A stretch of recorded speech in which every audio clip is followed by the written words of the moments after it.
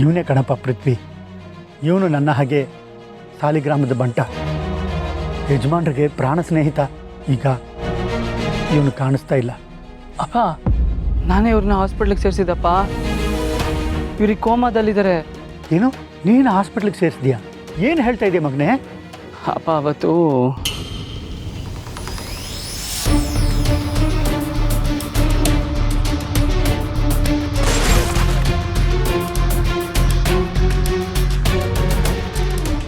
Low ಮಗನೇ, ಈ ವಿಷಯನ ನನ್ನ ಹತ್ರ ಯಾಕೋ ಹೇಳಲಿಲ್ಲ? ನಿನ್ನ ಹತ್ರ ಮಾತ್ರ ಅಲ್ಲಪ್ಪ, ನಾನು ಈ ವಿಷಯ ಯಾರಿಗೂ ಹೇಳಿಲ್ಲ. ಅವ್ರ ಜೀವಕ್ಕೆ ಅಪಾಯ ಇದೆ. ಅವ್ರನ್ನ ಕೊಲ್ಲಕ್ಕೆ ಯಾರೋ ಪ್ರಯತ್ನ ಪಡ್ತಾ ಇದ್ದಾರಪ್ಪ. ಅದಕ್ಕೆ ನಾನು ಈ ವಿಷಯ ಯಾರಿಗಾರ ಗೊತ್ತಾಗ್ಬಿಟ್ರೆ ಕಷ್ಟ ಆಗುತ್ತೆ ಅಂತ ಮುಚ್ಚಿಟ್ಬಿಟ್ಟಿದ್ದೆ. ಸರಿ ಸರಿ, ಹಾಗಾದರೆ ಪೃಥ್ವಿ ಬದುಕಿರೋ ವಿಷಯನ ಈಗಲೇ ಯಜಮಾನ್ರಿಗೆ ಹೇಳಬೇಕು. ಯಜಮಾನ್ರನ್ನ ಈಗಲೇ ಪೃಥ್ವಿ ಹತ್ರ ಕರ್ಕೊಂಡು ಹೋಗಬೇಕು. ಬೇಡಪ್ಪ, ಹಾಗೆ ಮಾಡಿದ್ರೆ ನಾನೇ ಅವ್ರನ್ನ ಬಚ್ಚಿಟ್ಟಿದ್ದೀನಿ ಅನ್ನೋ ಥರ ಆಗೋಗುತ್ತೆ. ನಾವು ಯಜಮಾನ್ರಿಗೆ ಏನೋ ಒಂದು ಲೀಡ್ ಸಿಕ್ಕಿದೆ ಅಂತ ಕರ್ಕೊಂಡು ಹೋಗೋಣ. ಆಮೇಲೆ ಅವರಿಬ್ಬರು ಹೇಗೋ ಹಾಗೆ ಮುಖಾಮುಖಿ ಆಗೋ ಥರ ಮಾಡ್ಬಿಡೋಣ. ಕರೆಕ್ಟ್ ಕಣ ಮಗನೇ, ಹಾಗೆ ಮಾಡೋಣ. ಯಾರವರು? ಯಾವ ಆಸ್ಪತ್ರೆ ಅಂದ್ರೆ?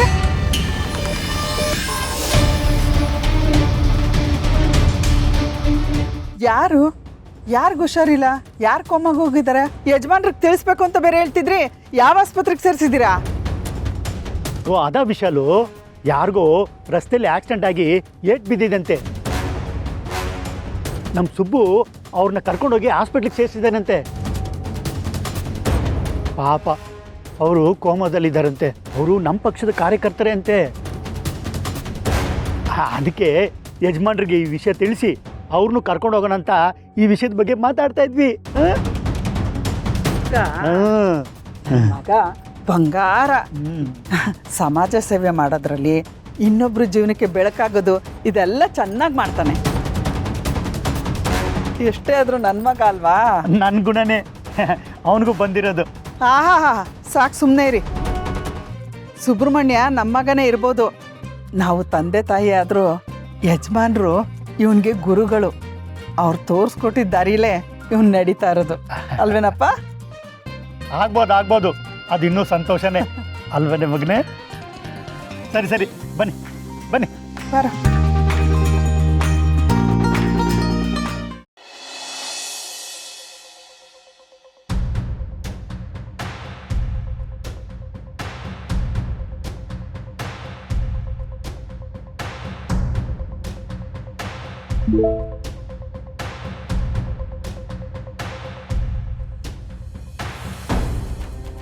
ನೀವು ನಿಮ್ಮ ಫ್ರೆಂಡ್ ಜೊತೆ ಮಾತಾಡಿದ್ರಾ?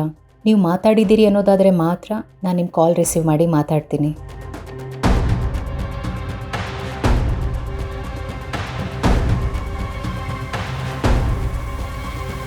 ಅಣ್ಣ, ಏನಾಯಿತು?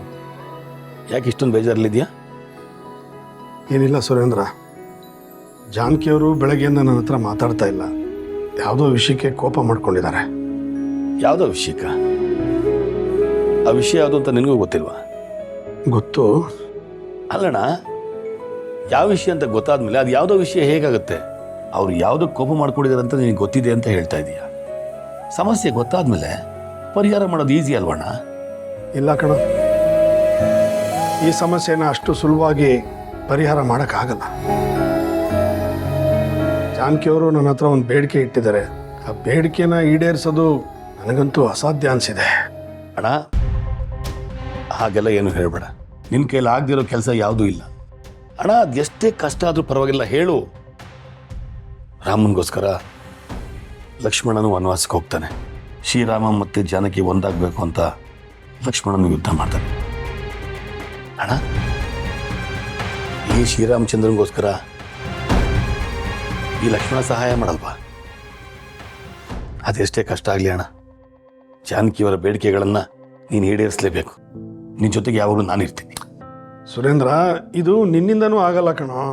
ಅಣ್ಣ, ನೀನು ಇಷ್ಟು ವರ್ಷ ಜನಗಳಿಗೋಸ್ಕರ, ಸಮಾಜಕ್ಕೋಸ್ಕರ ದುಡ್ದೆ. ನಿನಗೋಸ್ಕರ ಅಂತ ಏನೂ ಮಾಡ್ಕೊಳ್ಳಿಲ್ಲ. ಇಷ್ಟು ವರ್ಷ ಆದಮೇಲೆ ನಿನ್ನ ಮುಖದಲ್ಲಿ ನಗು ನೋಡ್ತಾ ಇದ್ದೀನಿ. ಮನಸ್ಫೂರ್ತಿಯಾಗಿ ನೀನು ಸಂತೋಷವಾಗಿರೋದನ್ನು ನೋಡ್ತಾ ಇದ್ದೀನಿ. ಅಣ್ಣ, ಇದಕ್ಕೆಲ್ಲ ಕಾರಣ ಜಾನಕಿಯವರು. ಅವರ ಬೇಡಿಕೆಗಳನ್ನ ಈಡೇರಿಸೋದು ನಿನ್ನ ಕರ್ತವ್ಯ ಅಣ್ಣ. ಯಾವುದೇ ಕಾರಣಕ್ಕೂ ಅವನ್ನ ನೆಗ್ಲೆಕ್ಟ್ ಮಾಡಬೇಡ, ಅವ್ರ ಮನ್ಸಿಗೆ ಬೇಜಾರು ಮಾಡಬೇಡ. ನನ್ನ ಅಣ್ಣ ಯಾವುದೇ ಕಾರಣಕ್ಕೂ ಪ್ರೀತಿನ ಕಳ್ಕೊಳ್ಳಲ್ಲ ಅಂತ ನನಗೆ ಗೊತ್ತು. ಉಳಿಸ್ಕೊಳ್ಳೋ ಪ್ರಯತ್ನ ಮಾಡೇ ಮಾಡ್ತಾನೆ. ಯೋಚನೆ ಮಾಡು.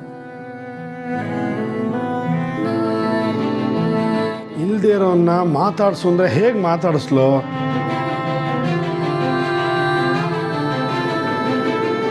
ಇಲ್ಲದೆ ಇದ್ರೇನು? ಅವನಿಷ್ಟು ವರ್ಷ ಎಲ್ಲಿದ್ದ, ಏನು ಮಾಡ್ತಾ ಇದ್ದ, ಅದನ್ನು ನಾನು ತಿಳ್ಕೊಬೋದಲ್ವ? ಅವನು ಕೊಲೆ ಮಾಡಕ್ಕೆ ಪ್ರಯತ್ನ ಮಾಡಿದ್ದಾರೆ ಅಂದರೆ ಅವನ ಹಿಂದೆ ದೊಡ್ಡ ರಹಸ್ಯನೇ ಇರಬೇಕು. ಅದನ್ನು ತಿಳ್ಕೊಂಡು ಜಾನಕಿ ಅವ್ರಿಗೆ ಹೇಳಬೇಕು. ತಿಳ್ಕೊತೇನೆ.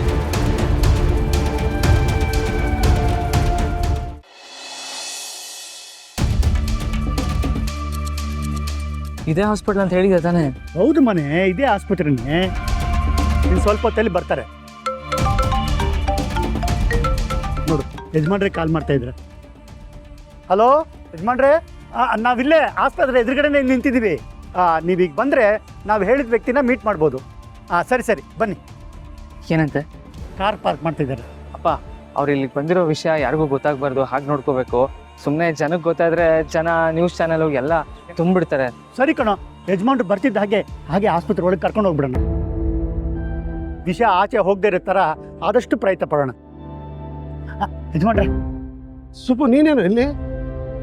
ಅದನ್ನ ಬರೇ ಎಲ್ಲ ವಿಷಯ ಗೊತ್ತು ಯಜಮಾನ್ರೆ. ಅದ್ರ ಬಗ್ಗೆ ಆಮೇಲೆ ಮಾತಾಡೋಣ. ಮೊದಲು ಇಲ್ಲಿಂದ ಒಳಗಡೆ ಹೋಗ್ಬೋಣ. ನೀವು ಇಲ್ಲಿರೋದು ಗೊತ್ತಾಗ್ಬಿಟ್ರೆ ಜನಕ್ಕೆ ಸುಮ್ಮನೆ ಜನ ಸೇರ್ತಾರೆ. ಆ ವ್ಯಕ್ತಿಯಿಂದ ಮೃತ್ಯು ಬಗ್ಗೆ ಏನಾದರೂ ಗೊತ್ತಾಯ್ತಾ? ಏನಾದರೂ ಗೊತ್ತಾಗಿದ್ದಿದ್ರೆ ಅವನ ಸಾವಿಗೆ ನ್ಯಾಯನೂ ಒದಗಿಸ್ಕೊಡ್ಬೋದಿತ್ತು. ನಾವು ಕೆಲವು ನಿಜಗಳನ್ನ ತಿಳ್ಕೊಬೋದಿತ್ತು. ಬನ್ನಿ ಯಜಮಾನ್ರೆ, ಮೊದಲು ಒಳಗೋಗೋಣ, ಆಮೇಲೆ ದಯವಿಚ್ಛೆ ಹೇಗಿದೆಯೋ ಹಾಗಾಗುತ್ತೆ. ಸರಿ ನಡೀತಿ, ಬನ್ನಿ.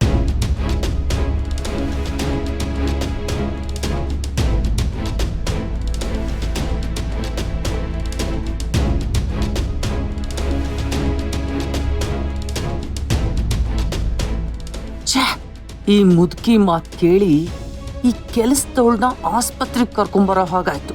ಇರ್ಲಿ, ಇನ್ನು ಅದೆಷ್ಟು ದಿನ ಅಂತ ನಾನು ನೋಡ್ತೀನಿ.